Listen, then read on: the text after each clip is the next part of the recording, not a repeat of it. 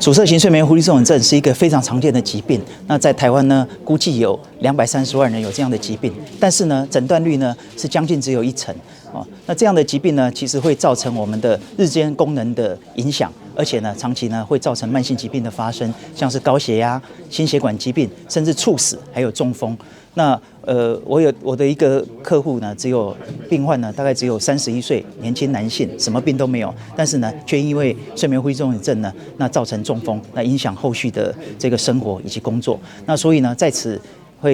台湾睡眠医学学会呢，我们举办了一系列的活动，那配合世界睡眠日呢，我们要提醒我们的国人，只要有这个打鼾、肥胖、睡不饱任何一个情形的话呢，那请及早的洽询我们的睡眠专科医师这个来进行诊断跟治疗。